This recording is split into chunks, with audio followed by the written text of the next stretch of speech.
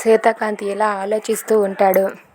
రామలక్ష్మిని ఎలాగైనా సరే ఒప్పించి తానే రామలక్ష్మి అని నిరూపించేలా చేస్తానని చెప్పి సీతాకాంత్ అనుకుంటూ ఉంటాడు. ఇంతలో అక్కడ ఉన్న రామలక్ష్మి కూడా ఇలా ఆలోచిస్తూ ఉంటుంది. సీత సార్కి ఆ రమ్యకి పెళ్లి జరగకుండా చూడాలి నేను.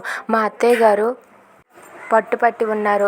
వాళ్ళిద్దరికీ ఎలాగైనా పెళ్లి చేసేయాలని చూస్తున్నారు. నేను మైథిలిగానే అక్కడ ఉంటూ సీతాకాంత్ గారికి ఏం కాకుండా నేను చూసుకుంటాను. సీతా సార్ని నేను కాపాడుకుంటాను.